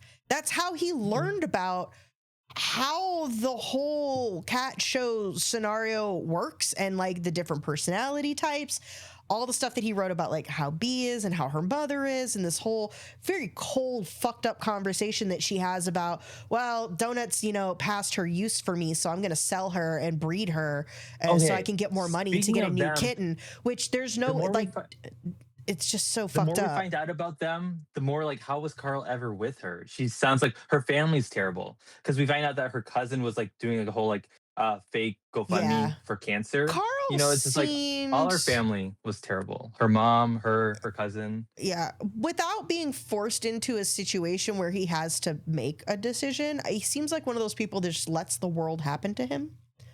Like, because he talked about how, like, he was doing his Coast Guard thing. He's just working on his boats, doing the engineering stuff. He just wanted to, like, chill on the couch and play video games. Like, he seemed kind of checked out. He wasn't really invested in anything. He obviously was too oblivious to know that she was dating 2 other dudes at the same time she was dating him. So, like, he just seemed kind of like he was just existing. Like, just mind the pun, but just coasting through the world. And now he's been put in the situation where it's like you either have to like nut up or you're gonna die. So he's like the, what is the phrase that they use? Not unlikely hero, but like the unwanted hero or whatever. There's a specific plot phrase that's used for that in books that are like people that don't want to be the hero, but then they have to like step up. Like, I didn't ask for this. Yeah, so, exactly. Like, they're like, I didn't ask for this, but now I'm in this situation, I'm gonna, do what needs to be done. Yeah, exactly. Yeah. Okay. Yeah, he used to be very oblivious and just kind of like, clock in, clock out kind of thing. But he still spoke his piece because, he clearly had it out with B over that and was like, that's so fucked up. Like, you made a commitment to her. Like, she's not just an item, she's your pet. And like, reluctant hero, yes, thank you, that's the term I was looking for. But it gives so much insight to more of what B was like. And I don't know, did they say, do you think she's gonna come back? Like, like, I don't think so. I really fucking hope not. Or maybe like a clone or something to trick him. I think how they did the stuff with the carousel and they made like mimics of things, that I think they're going to try to do something like that with B in the future. But I don't think her herself is in the dungeon. I really think that she is actually like gone. Dead. Because it's like, even without B existing, it's irrelevant because it's all based on their past and their experiences with her is how they are the way that they are. So I mean, maybe she doesn't survive the dungeon, or she didn't go into the dungeon, and maybe she's some of the people that ended up she's an NPC somewhere. Who knows? Like, so because who knows what Earth is like happen. Outside of the dungeon. Yeah. So because I think she was in the Bahamas, so at least like she wouldn't have frozen to death. Oh my God, Kivrin, that scene cracked me up. So I was laughing out loud listening. Oh my God. And then they Donut's were like, comment. oh, by the way, you can't store blood anymore if it's not in a container. And then she just explodes blood everywhere. What did Donut say? So much of it. And then Donut offers her like a pad. Yeah. So good. Oh my God. That whole moment was just like, that's that. And of course she called it a sanitary napkin. Yeah. She's so prim and proper. I was like, who fucking calls it that? That shit was hilarious though. That was great. And that was like a great lighthearted moment toward the end of like them coming out the other side of all this trauma, because I think Katya is going to be dealing with this for a while, of reeling over the fact that the people she was being loyal to and thought had her back were actually just using her and then trying to kill her.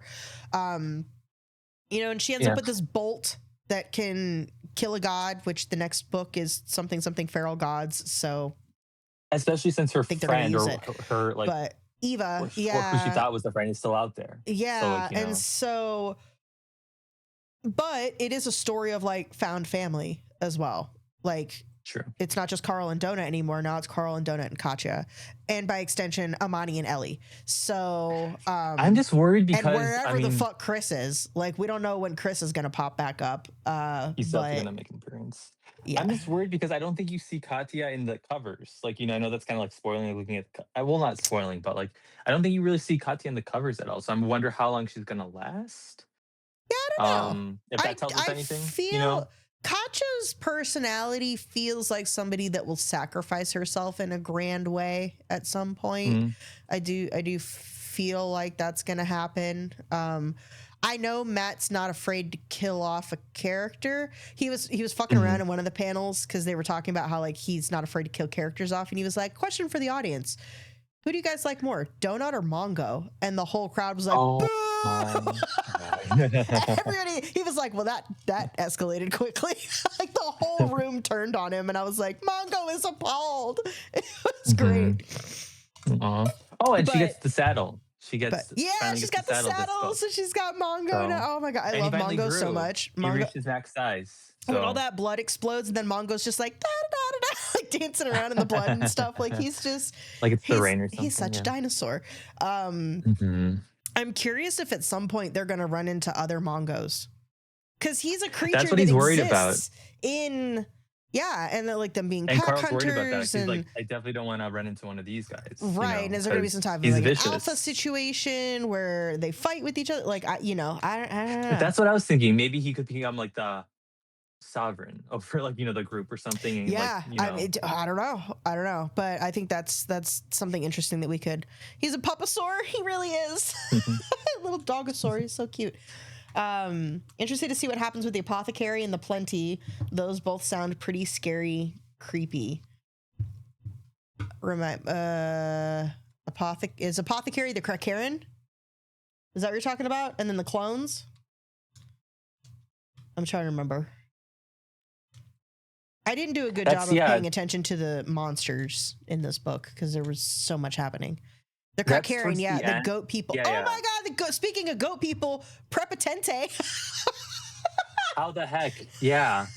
That lady literally did what Carl did to Donut, but did it with her goats. Prepotente. He's like, "Carl, you cad." He's so pissed, and then he's just like, "Ah!" Jeff Hayes did Prepotente for everybody at the panel, and it was hilarious. There were also a few cosplayers of Prepotente, and so I would just be walking the floor at Comic-Con, and then off in the distance I would just hear like, "Ah!" It's like, "Oh, that's a screaming goat. That's a screaming goat for sure." It was great. Can't wait to see what's going to happen there, because they're all in the top 10. He's clearly got opinions about Carl, and it's only a matter of time before like the rest of them all start. When is Lucia Marr going to have more direct interaction with them? Because I think that's going to be a big moment. Yes. Obviously, this introduction of Prepotente, and who's the chick that like owns Prepotente? I can't remember her name. Let me see if I have it in front of me. Miriam Dom. Yes. Got it. Yeah. There you go.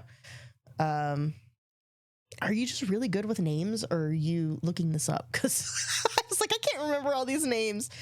But I mean, I feel like, I don't know. Is she actually going to be crazy? Because like, Odette says she's crazy. She had that incident in the club. So it's like, is it an edit, or is she actually just a psycho? I think the reality is somewhere in the middle. The same as it is with Carl. Like they amp Carl up, but he's not neutral. Like he is blowing shit up. He is reckless. Yeah. He does make some crazy choices. They just turn the dial to 11. So I would assume that it's probably something similar with Lucia Marr. The thing I'll be curious to find out is like, was she already batshit before she came in? Because it seemed like she was batshit right out of the gate, or like through. And she's only a teen, right? So maybe she's not even. She's like 12. I thought they said she was like 13. Like she's little. She's a kid. Well, she was. Maybe she was like an orphan or something. And then she became like. I still think she was like a fucking Pablo Escobar's daughter type of situation. Like I think her dad was like the Godfather. So she's like she's like a fucked up kid to begin with. That's my headcanon for now until I know more.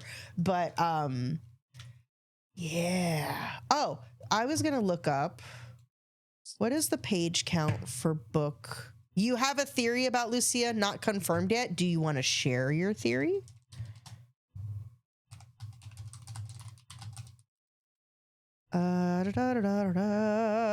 Okay, so looking ahead to the next book, book 4, The Gate of the Feral Gods. You wonder if she's actually Valte? Oh. Interesting. What do you mean by that? Like if she's got a Valte worm agent? that's making decisions for her, like a parasite that's controlling her, or I mean, I feel like if Valte were smart, they would go more the route of Agatha and try to fly under the radar. But yeah, I don't know. Maybe the bitch is just crazy. Was she like in the beginning? In the beginning, was she like Lucia? But then like somewhere down the line, she like died, and they wanted like to keep her, like, you know, because like all the views and stuff like that. So maybe is that what you mean, Kev? There's also like the major change that happened with like Lucia was already a handful, and then with her race class choices, she just, you know, became something else entirely. So that's a lot. What happened with Chris? Chris kind of like, you know, it amplified. Yeah, like, you know, and clearly Chris is like on the spectrum or something. Like he's already got some type of a neurodivergent scenario going on, and then choosing this very like rageful class is, I think, a dangerous combo, because if he doesn't have regulation to keep himself in check, and he, you know, made these decisions as a result of him getting in this argument with his brother and like all of that. So I'm really curious where that's going to go. He's mentioned at least twice, because like in the beginning, like, you know, obviously Brandon mentions what happens to falling out, and then don't we see him again? Doesn't he like do something? I think he like is trying to help Carl or something. Imani, when he talks to Imani, she gives her account of like what she knows, but she's like, nobody can get a hold of him, nobody can talk to him, and supposedly he was supposed to be waiting for him at the Desperado Club, but he never finds him. Like they don't connect, at least not in this book. So maybe something for the next book, maybe something for further out. But so book 4, we're starting to get into the beefy sizes. So this book is between 586 and 608 pages, depending on your version. And then the audiobook is just over 18 hours. So, question for the class: do we still want to do a review of the whole book in 2 weeks, which would be on the 15th? What are people's thoughts about that? I do like discussing the books in whole. Me too. Because that way you don't way have to worry too about, hard like, to you know, stop mid-book and be like, let me put a bookmark right here.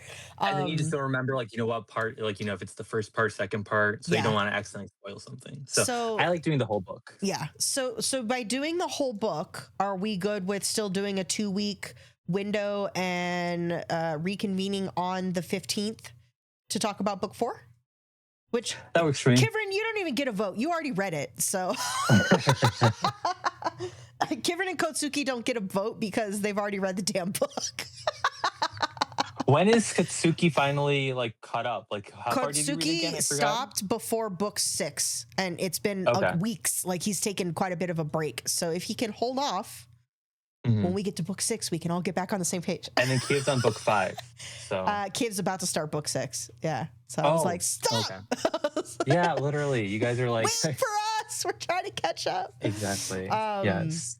But yeah, I think that's fine, because even if I split it across 2 weeks, that's 9 hours and 9 hours, which is totally doable and fine. So I definitely wanted to listen to the audiobook, because he said after book 4, he kind of changes his whole, like, you know, way he honestly voices. I think it changed in book 3. Like I really feel like Carl doesn't sound like Kronk to me anymore. Like he has a couple of nuances here and there where he the tiniest bit, but honestly I feel like he has now come into himself, like, and is his own fully formed character. The thing I was gonna say earlier, so like this kind of goes into my whole my theories that I've had since really early on with the direction this is going. Up until this point, shit has been happening to Carl, and everybody says book 4 is where it kicks into high gear. And my theory right now is that it's gonna flip. and Carl's gonna happen to it. Like, the dungeon has been happening to Carl this whole time. I think Carl's about to happen to the dungeon. I think he is. I think he's about to throw a jug-a-boom in the middle of all of this and just be like, you want to fucking go? We're gonna go. And he, like, fuck the rules. He's gonna do everything he can to tear this down, like to burn it to the ground. And that's gonna happen in conjunction with them still having to go floor by floor and survive and play the game and do interviews and get sponsorship. Like, it's gonna get so much more complex because now it's I would love not to see that. one plot 'Cause, like, line. I think it's gonna be two parallel things happening at the same time. I know I mentioned how I love how, like, he is like working with other people, like, with that, Yay! like, chat. But at the Yeah. same time, like, I mean, I don't know if this sounds bad, but like, I mean, obviously in a way, Buckle like it up. does kind of Okay. slow him down in a way. You know, Yeah. it does slow him down, like having to go back and help these people. So like, I love when that happens, but at the same time, I do want to see kind of like a book where like, he doesn't have to worry about other groups. So maybe like, for Uh-huh. one book, maybe they're more self-sufficient. And then it's more about like, Carl's group and Carl and him just kind of like, plowing through the dungeon. Well, in and just fucking things the up. natural progression, there's going to be less people every floor anyway. So True. also, we have to remember when they start getting to the higher floors, people are going to start getting offers. They're going to get like what Mordecai got. We're like, oh, do you want to become a guild trainer? Do you want to become like, like they're going to get options to get out and become part of the system. So some people that have survived up to that point are going to leave that way. Then the natural attrition of just people getting murked every single floor.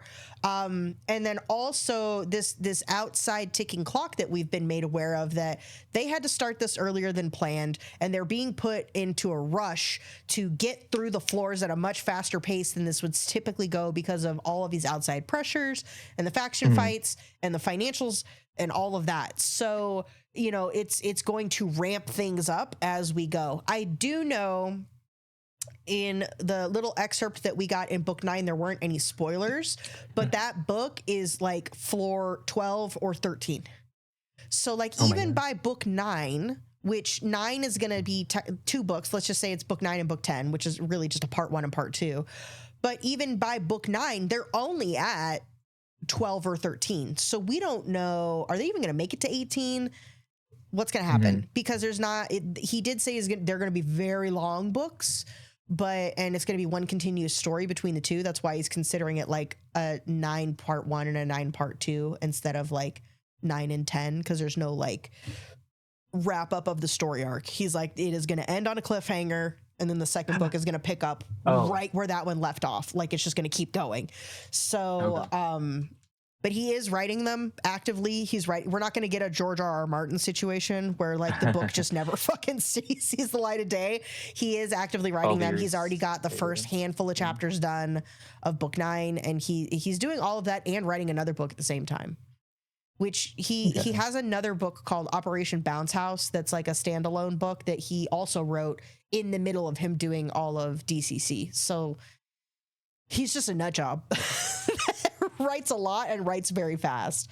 Well, I love that even though he's kind of like you see a panther, like where he just kind of like, or Panther, yeah, he just goes. Panther, he just kind of goes. He writes by the seat of his that's kind pants. of what George does. He's like a gardener, and he doesn't really have a plan. But obviously, with George, but I will say the one difference is that like George has talked about how like his world building is insane. Like he creates languages and like histories and races and like family trees, and like he creates all of this stuff so innately, even though they're not necessarily story plots. So his world building is extensive. And I guess the series, Matt the just TV has show. a spreadsheet. Matt's like, I have a bunch of Excel files with like lists of skills and things, but like that's it. And with George, the TV show was kind of like a blessing and a curse, because even though they propelled the series, like it also I feel like is kind of what made him, since it finished before the book, obviously. I feel like the ending that Terry he Pratchett. helped with supposedly, I feel like the people's reaction to it kind of made him hesitant to publish or like finish The Win's a Winner, just because with what happened. So but I was gonna say, back to the book though, do you think what is it, the Anarchist's Cookbook? So we know that like the way like someone loses it if like they talk about it, like it disappears or they die. But what happens if someone like, leaves the dungeon? Like, maybe they become a guild master. Would I do you would think maybe assume that that book disappears until the next time that somebody meets the conditions to get do you it. think Carl would meet like someone who once held the book? Like, do you think, you might meet someone who If he did, they're not once allowed to talk about it. right. But maybe if they talk in secret, So I don't know. maybe. I feel I like was it just would thinking that would have be to kind of be. cool. I think the only hint we would get to something like that is if somebody meets him, realizes what his race is, and then kind of like raises an eyebrow, like compensated anarchist, eh? Because like Is it only compensated anarchists well, we like at don't the book? know what the 'Cause conditions isn't are. like a rogue I So, think had it once. yeah, like we don't know specifically what these preconceived conditions are in order to get your hands on the book, but Yeah. that seems like an obvious one to have compensated anarchist. So I almost said arcanist. Mhm. Let me see what else. So many things. This book was so crazy. It was wild that you mentioned that one guy, the one with the skin. How at first you thought it was like a poncho, but he was literally just naked, and it so was the skin. gross. So that was gross. That was just the one of my And notes. in the audiobook, I mean, the guy is screaming bloody murder, like, please kill me, Oh my god. end me, like, make it stop. Like, he's so miserable because it's the 7th time this has happened to him. And he just Oh keeps my living God. the same hell over and over and over. Why his memory is not getting wiped, I don't know. But oh my God, it's I was just like, this sadistic. is so fucked up. So fucked up. Mhm. And that is like one of the darker creatures and scenarios in the book. Well, the What first was your guy that favorite we moment meet of is this book? Gruel, right? Like first the Minotaur guy's like, for Gruel. He fucking dies, and then at the end Maestro's like, haha, I bought a god. Mhm. Like what? That whole situation is just, oh shit. I did think it was pretty slick that Katya shows up in the 11th hour as Carl and was like, gotcha, like Trixies. The That was first good time one was thinking. summoned. Yeah, Gruel was the first time one got summoned. There was a conversation with Mordecai a long time ago because there was I think there was a ring or a weapon or something that it's something that His Carl gauntlet. has. His gauntlet can summon a god, but then they never Mhm. really discussed it further. And then this whole situation with Gruel obviously is when he has the aha moment and he's like, well, wait a second. Like if the god is being told to attack me, but then like somebody else can summon it by meeting the correct conditions to call, like, well, how does that go? And then he has that, very eye-opening conversation with Mordecai of question. And Mordecai's like, what are you doing? And he's like, just hypotheticals. And he's like, don't do that. And he's like, I'm just asking questions, man. I just want to know. It's like, no, you don't. No, you don't. So was that I love the whole way that conversation went was great. That back and forth was hilarious because Mordecai was like, bro, I'm waiting for Mordecai to give up. Like at a certain point, he's gonna be like, there's no point in me telling you not to do it because you're just gonna do whatever the fuck you want anyway. So Yeah. he's kind of at that point with Donut already I because feel the like he's bitch kinda is done it not gonna already. read the description Yeah. on anything. She's like, oh, shiny, pink, and puts it on. Yeah. So But I feel like he's becoming more interested. I mean, he really seems to be like, he loves his alchemy, yeah, and I don't know, he just seems really yeah. passionate about that. So even though he says he wants to get out of the dungeon, I feel like, I don't I know. I think feel like he's he's just kind of, making the best of a horrible situation because he's been in this for so long. oh, And then it did say someone mentioned it was like multiple cycles. I think 100 cycles or something. Or he's maybe it was been less there than for a that. very, very, very long time, like long Yeah, time. yeah. So I think it's the devil, and I would assume that even though he has this little inkling of hope that they're gonna keep their word and he's gonna get out, he probably cycles. more so feels like you have to make the best of a shitty situation because he's conscious of everything. Like a lot of the NPCs and stuff, like their memories are wiped. They're just cogs in the machine. They don't really have a full grasp of what is going on. But these people that are in these other types of working roles, whether it's people in the Desperado Club, whether it's people in the casino, the training guild people like Odette, they know about all of the outer workings as well as the inner workings. And so they're probably all in a state of, you just push through. Like Odette is clearly just like, I'm going to manipulate the situation to my benefit. She seems very, very opportunistic, where I think Mordecai, he tells Carl over and over, you can't save everyone. And don't try to save everyone. But he's also like, he doesn't have zero moral fortitude. He's just been through this so many times. I think he's just really broken down by the consequences of trying to save everyone. And I wouldn't be surprised if that's related to how his brother died. So did they talk about how his contract can end, or was that a different book? Yeah. So they talked about, so Mordecai either like he would have met his conditions to be done if Donut hadn't forced him to be her manager. But he also told Carl, he was like, if I die in here, I don't actually die. At that point, I'm then released, and then I go, be free, which I still think is bullshit. I think it's a lie. I don't think there is free. I think that they'll just wipe his memory and put his ass right back in. But I mean, if that's the case, why doesn't he just get himself killed and then just like be free of it? Because he probably feels some sense of duty to not let them outright die. Also, I don't know, like maybe there's a condition where like he can't just let himself get killed on purpose. Yeah. Maybe it has to happen a different way or something. Naturally. But because he talked about how in the past they used to be allowed to fight fight side by side with their people, and then at some point they were like, no, you guys can't actually take part in the combat anymore, so you can do everything but that. So it's the typical, like, we did a patch because something was OP. We nerfed it. Yeah, he is free now, but he also gets more money each floor they clear. Yeah, there's also benefits to him being the manager because he's getting a cut of the proceeds and stuff like that. So that doesn't seem to be his motivator, but that is an outcome.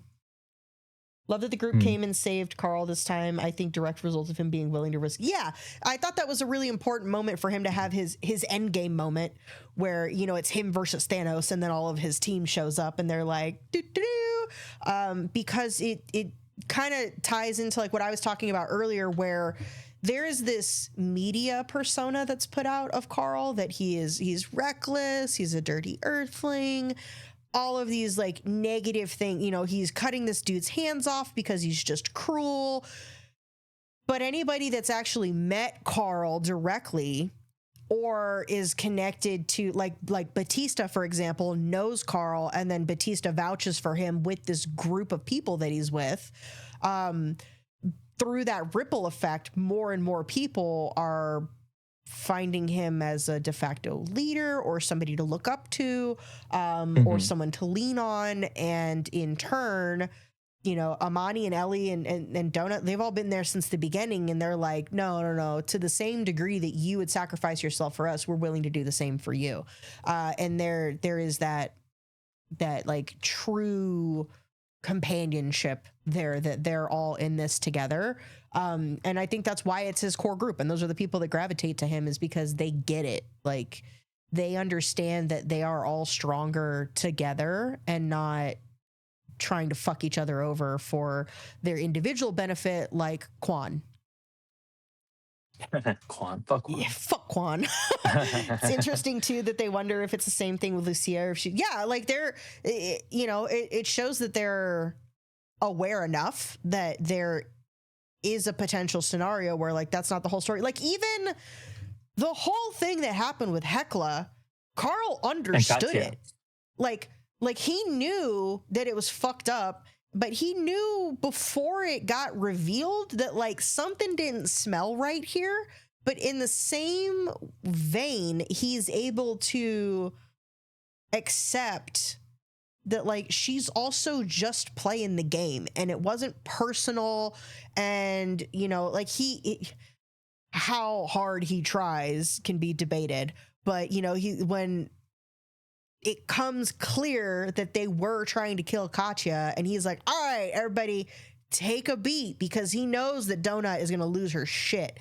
Because one thing that I think maybe Donut has learned from living with Carl, before the dungeon and everything, but I think it's like a nature versus nurture conversation, where she has also picked up this sense of justice, and she is also, there is a question too, like, was she aware of what B said about her when they were at her mom's house, or does she not know? I don't think she knows. I think know. he mentioned, like, I don't think he it's mentioned in the second book stated, that but she's also shown before where she's like, she puts out these outward comments and stuff about like, oh, when B rejoins us, we'll all be great. But then in private, she tells Carl, she's like, I know B is gone. Like, I know she's not here.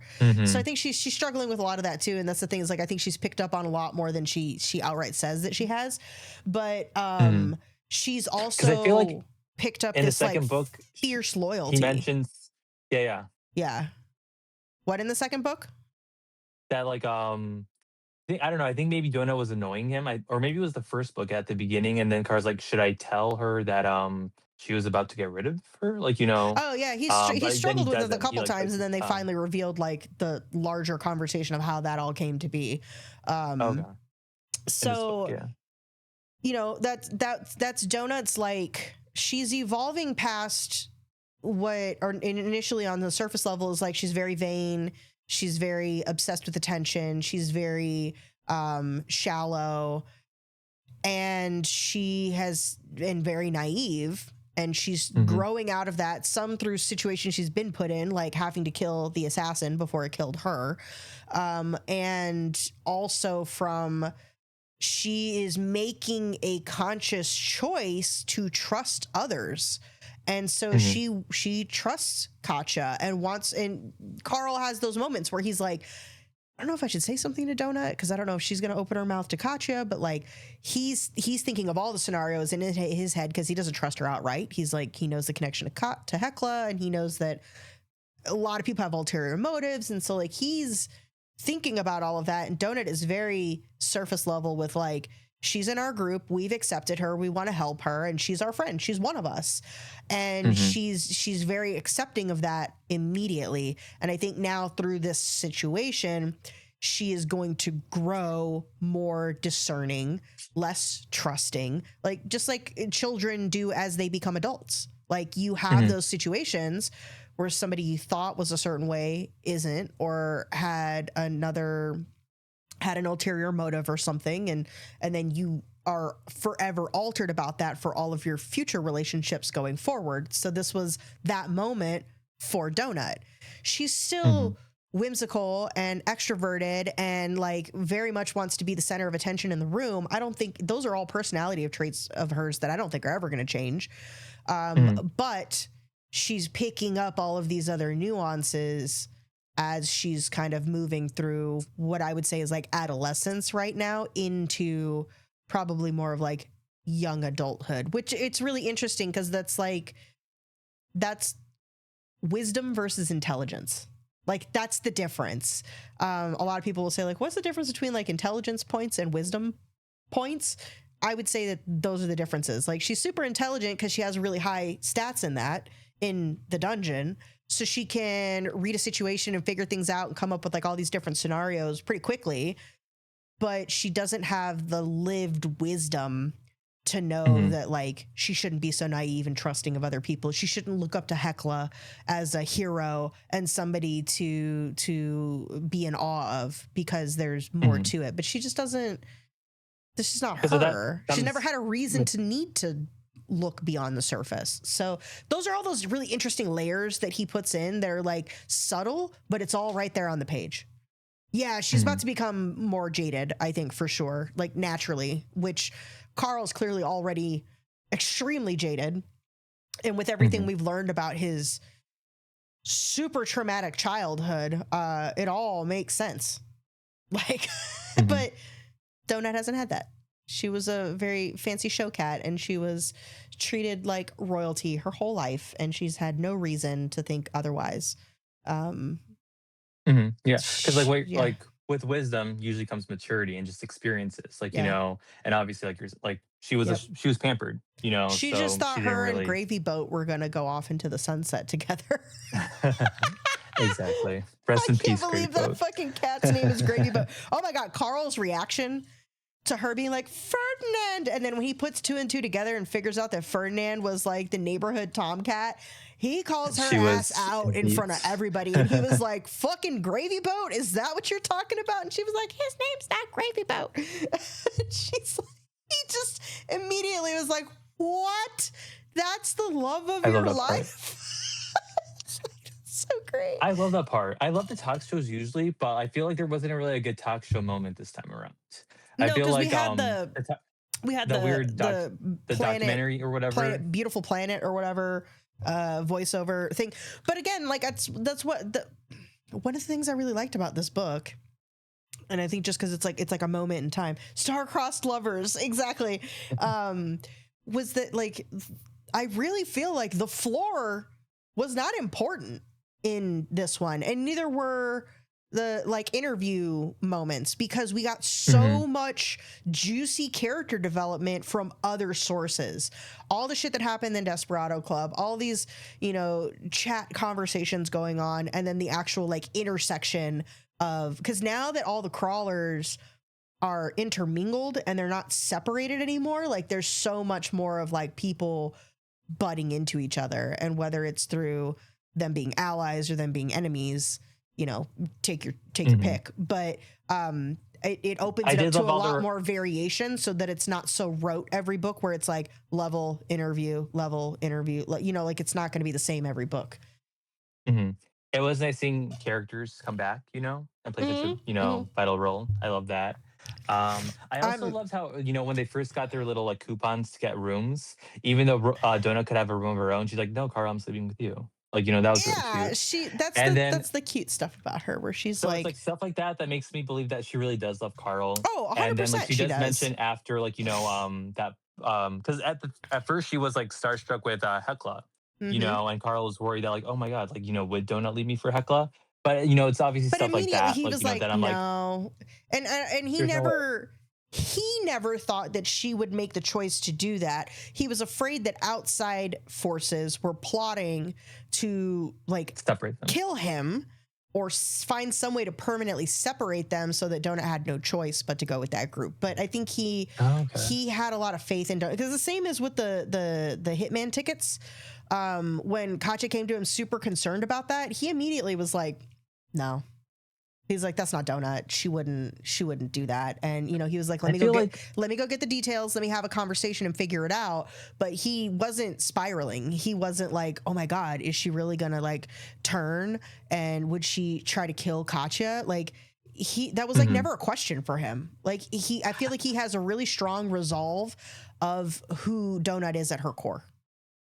I kind of read the part like where like during that whole part where like, you know, he was kind of like, you know, Katya, we were still kind of unsure of, like, you know, she seemed a little suspicious, and like him, like, you know, like thinking like, you know, oh, would Donut like, you know, ever leave me? I feel like he was kind of like, you know, going through a lot, and like he kind of had regret, like, you know, maybe I should have mentioned it to Donut that, like, you know, oh, Odette told me that, you know, Hecla, you know, wants, you know, he did her for your group and stuff like that. He did second guess if he should have shared more of that conversation with Donut.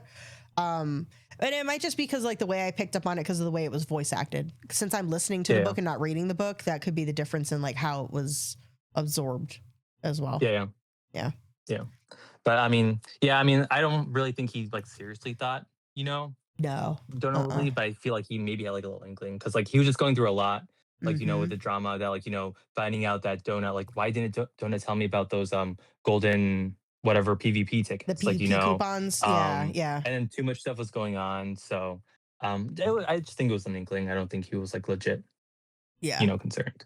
I don't think I see anything else in the book to really touch on. The next book, I think it said they're going to the Sky Zone with something with gnomes and a castle in the sky. I think that's where we left off, that they're headed to. So I'm also curious for Zev to come back from re-education camp, whatever that means. Oh, poor Zev. Oh my God, there was a girl at Comic-Con that was in straight up like an astronaut suit, and she did beautiful face paint and did like these little scales and stuff on her face to kind of look like a fish. Oh my God. And so every time somebody saw her, they're like, "Hi, Zev." It was so cute. I was like, that was really good, a really well executed cosplay, which was great. But okay, so I think that's it. I think that's book 3. I will get this uploaded to YouTube, if not later today, sometime tomorrow, for anybody that wasn't able to join live, or if you want to go back and look at any of the conversation, and I'll get that posted in the book club channel. Like I mentioned earlier, if you do !book club, that will give you the link if you'd like to come join us and read along the series with us. Now from anything from book 3 and earlier is open conversation in the Discord channel, so please feel free to discuss async. You don't have to wait for these chats, but we will look for August 15th, same time, 3 p.m. Pacific, to discuss book 4. So that is your mission, should you choose to accept it. I guess Katsuki said it's his least favorite, so he needs to be in the conversation next time. Who said it's their least favorite? Katsuki. Oh, book 4 was? But then Kiv loved it though. Yeah. Oh. So you guys need to join the chat if you guys have differing opinions. Oh, interesting. They're both in the book club channel. So yeah, you two should, like, once we get through book 4, I'm going to have you two battle it out. Also, don't forget to give Adj shit in the channel. I was gonna say, where's Adj? Our resident hater. I love it whenever. I love his commentary though. Now, Adj only got through book 2, and then he didn't stick with it. So all the stuff we just discussed, like, and I really, I don't know. I had a pretty lengthy conversation with Adj, and he gave me a lot of the reasons that he didn't like the books, and I think some of those things, they never change for him. But I think some of the evolution and the deeper meaning stuff really became relevant in book 3, and I don't feel like he got far enough to get the benefit. So I don't know. I think he still wouldn't think that the juice is worth the squeeze, but that is where we'll put a pin in it. So I'll get the reminders and everything posted in the Discord. So August 15th at 3 p.m. Pacific is when we will talk about book 4. I'm so excited I get to listen to book 4 now. I've been dying, holding out, and I was terrified I was going to run into all kinds of spoilers at Comic-Con, and luckily Matt was very cognizant of not having spoilers in the panels, and all the people that I talked to are really good about not sharing spoilers, especially for those that were like up through book 8. So yeah, it was, all things considered, a very positive experience. So we'll go ahead and wrap it here, and then I will be back. Let's see, it is like 5 p.m. Pacific right now. So I'll be back in about 30 minutes to start regular stream. We are just going to do a just chatting stream tonight. And I'm going to talk about San Diego Comic-Con and show you guys all my goodies and stuff. It's going to be a bit of a shorter stream because I'm going to be going to watch Spider-Man later, and today is David's last night before he's gone on tour for like another month. So tomorrow we will have regular stream, probably do ESO, and then maybe some Elden Ring as well. But yeah, I will see you all in about 30 minutes for some San Diego Comic-Con chat. Yay.